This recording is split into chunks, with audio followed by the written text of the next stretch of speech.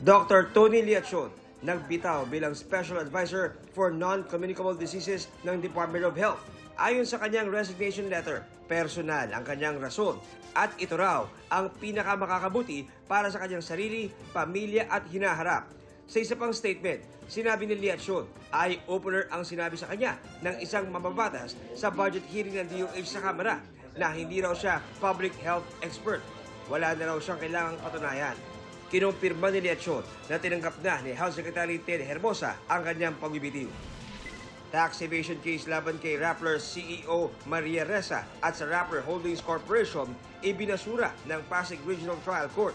2018 ng isang pa ang kaso dahil umulo sa hindi tamang pagdiktara ng sales receipts ng Rappler mula sa inisyo nitong Philippine Depositary Receipts. Pati na rin ang hindi raw pagbabayad ng mahigit 294,000 pesos na value-added tax. Base sa desisyon ng Pasig RTC, sinabing hindi naman ibinenta ng Rappler ang PDR para kumita, kundi bilang pagkuha ng investment. Hindi raw kailangang magbayad ng Rappler ng VAT para rito.